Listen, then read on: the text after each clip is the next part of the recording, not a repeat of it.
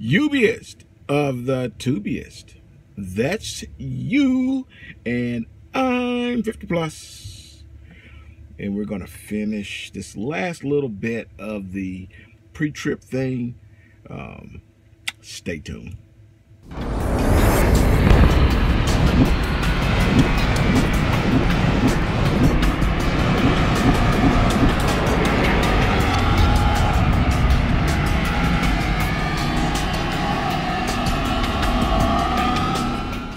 All right, guys and gals. When I say guys, I mean everybody. Damn it. Don't have to be so sensitive. Shit. Okay, look. Mike just inboxed me. I was just getting ready to do this little video. Mike's inboxed me. He says at Richmond, Virginia, the wording was slightly different. And remember, that's what I told you. You have to listen to what the instructors want to hear you say. Okay? They're going to let you know the exact verbiage that particular DMV wants to hear. Okay? He said they didn't want to say holes. They wanted to say bulges, cuts, frays. But look at the video. Look at the comments in the video and look at Mike's comment. Okay? But this is what I'm saying. I know you guys probably going, 50, you're not giving us everything. You're correct. But like I said in my first video, I'm not giving you everything on purpose. It's because I'm out here to get you started, get you a path, you know, try to keep you in the boundaries so that you can reach success. But you have to do some work. And what I don't want is to mislead you by giving you information and saying this is the way it is unilaterally, if I know it ain't right. I know it's not unilateral. So the stuff that I leave out is stuff that I know may be different when you go, you know, to a different state or even to a just different school. They may ask you to say different things, but the technique that I'm trying to get across to you guys is to look at certain portions of the truck at the same time so that you don't forget anything. Okay, that is the gist of what I'm trying to say, and that helped me out. And I had a lot of the people who was struggling in Corsicana with me do it that same way, and they just blew it out of the water. Okay, I have something I want to show you. Okay, first off, as you can tell, I'm still at this dealer. My truck hadn't even gone in the shop yet. I'm not the happiest of camper right now. So I'm dealing with my Ubiest. So maybe you guys can take my mind off of my anger. But look, see this truck right here? You see the rear tires on that, the rear tandems on that truck?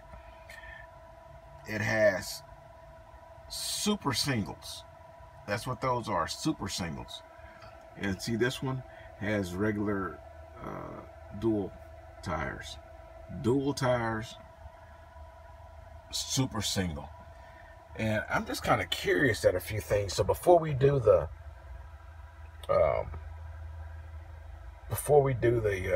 remaining little 5 minutes of pre-trip,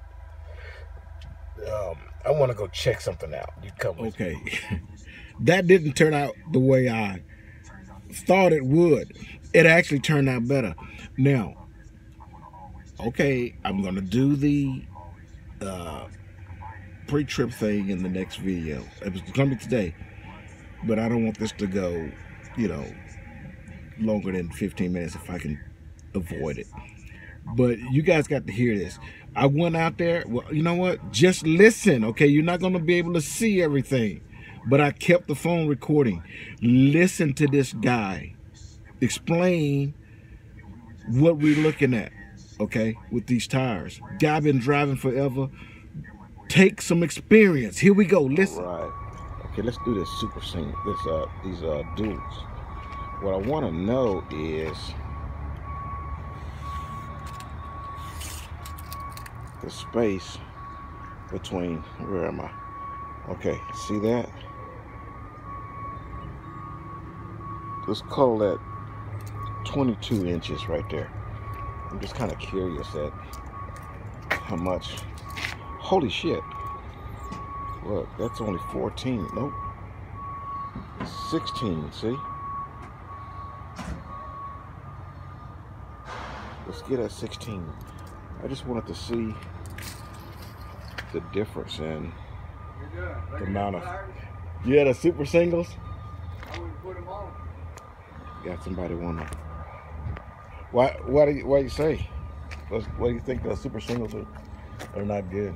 Well, because every time you hit a rut in the road, they slide. You know, they drift too bad.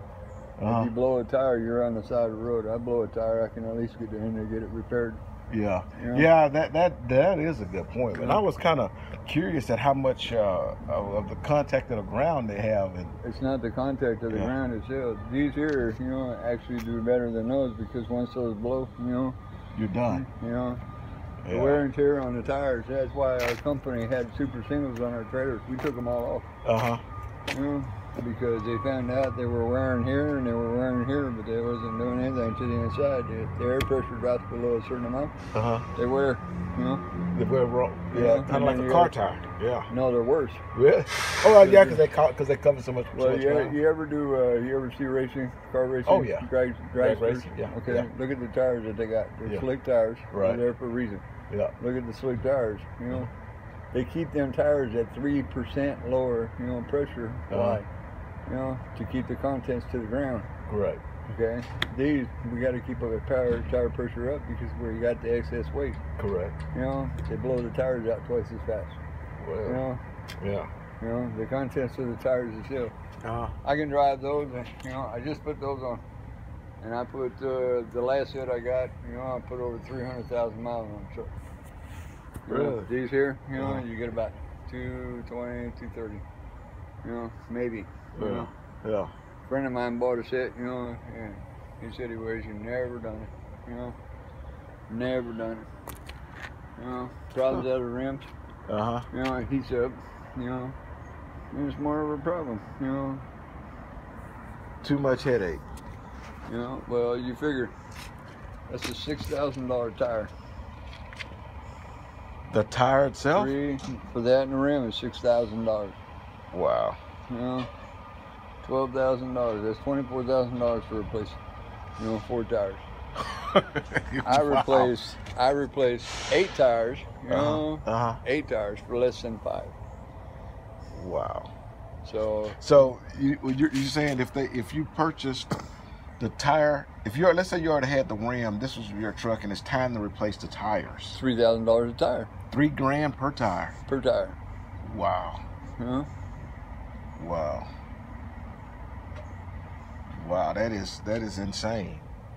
Check with TA. You know, I mean, you know, service call, because if you don't get them serviced, you know, and then if you get some cheap off the wall, you know, I mean, tire itself, and they put it on your truck, it affects the rest of the truck. And then if you tear up a rim, you know, in the process, you know, there's a tire and a rim you just got to fucking buy. So now it's another $6,000 that you can, plus the price for the guy to come out and fucking put it on. Right. So what the hell did you pay for it? You know? You're right. You know, I mean, I bust the outside rim on this one, pull the freaking tire off. At least I can get to a place and get it fixed. Right. And these type of rims are everywhere. That's right. You know. Wow. There's a big concept in regards of it, you know, and I get everybody that looks at them, you know, and say, you know, nah, you know.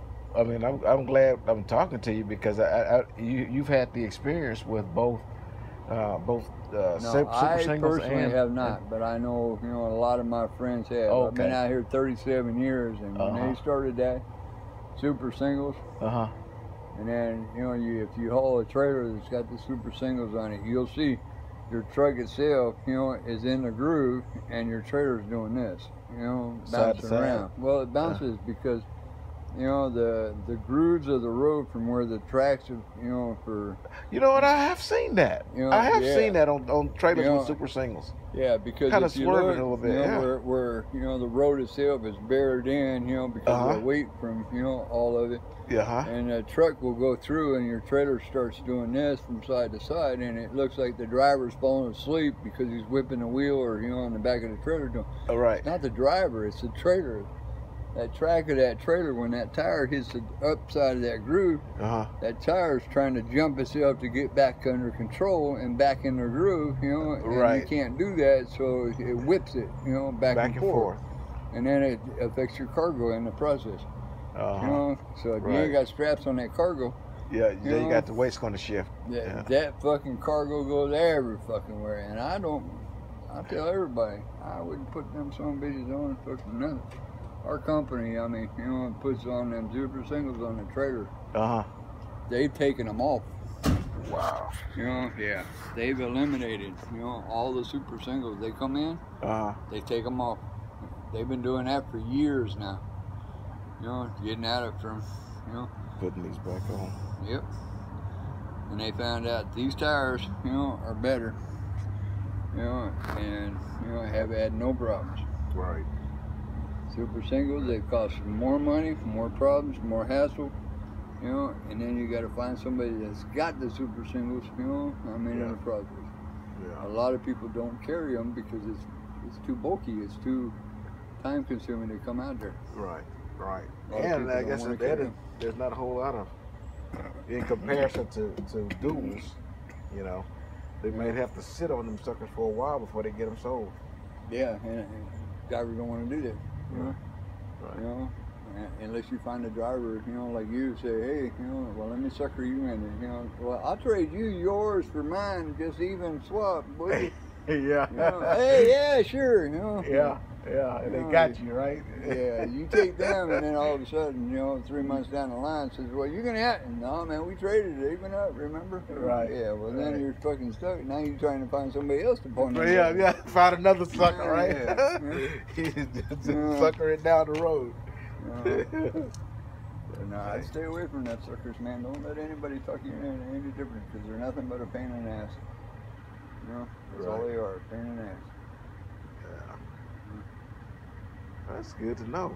By the way, good to meet you. I appreciate that. That's some good info right there. Yeah, you know, I tell everybody, stay away from them fucking ones, you know. I mean, if you get a driver that ain't been out here, you know, I mean, driving truck, you know, they get suckered into them. Oh yeah, man, I like that. You know,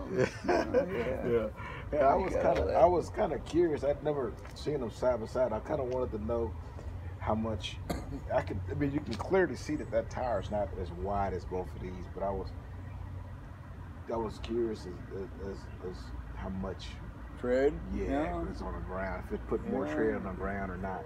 But you know, to give you an idea, you know, there is a difference, you know, but it's not much. Right. You know, here, you know, see here. Right. You know, see here. Right. That is the only difference, you know, that is on the ground. Right. The rest of this is the same as that tire. Yeah. You know. Right. This strip and this strip is the only thing, and you know, being gone. Right. You know, everything else is on, you know, same setup. So there's no I difference. I kind of would think, and this is just my theory, that if you're in some inclement weather, snow for instance, I would much rather have these than to have that flat surface cruising across the surface of the. Well, it pushes more of the snow to the outlet, you know, and because by the time you get to the singles itself, you know, your front tires always push them out, you know, in the process. So you never, you know, really get the effect of it.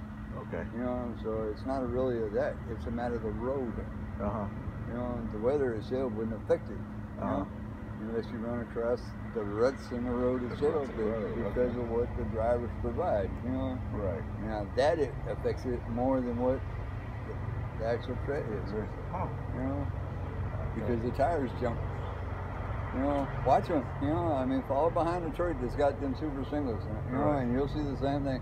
You know, they got a hard time. They got to fight that wheel, you know, nonstop all day long, you know, because the tire, you know, gets in that groove and it jumps.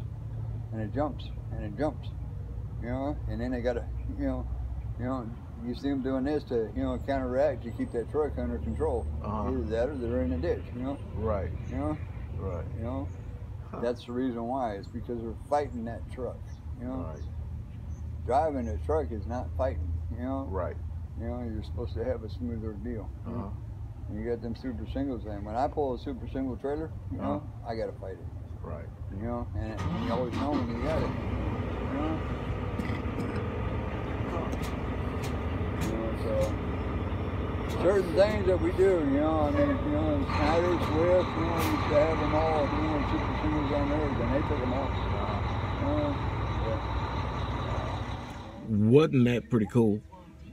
I mean, if you're interested in good information, even though that wasn't what we set out for, we got an opportunity to listen to somebody who's very experienced driver, give us some very useful information. So I hope you guys enjoyed that, and I'll see you next time. Boop. Hey everybody, 50 Plus here. What do I do when my recruiter won't return my calls? They're lying to me. They don't have answers to the questions I'm asking. Problem is, once I get those questions, it's already too late. Industry standard, once a recruiter has got you, they got you. You belong to them. At the end of this video, I'm going to give you my recruiter's information. Her name is Autumn, and if you're thinking about joining Swift, that's who I want you to contact. Give her a call. She's going to send you through the process. Eventually, you're going to wind up on a mentor's truck. When you get on that truck, you're going to be on that truck for $200. For $200, I want your phone in the bunk. If you're willing to do that, I'm going to send you a Blue Pirate headset. You need to let Autumn know 50 Plus sent you.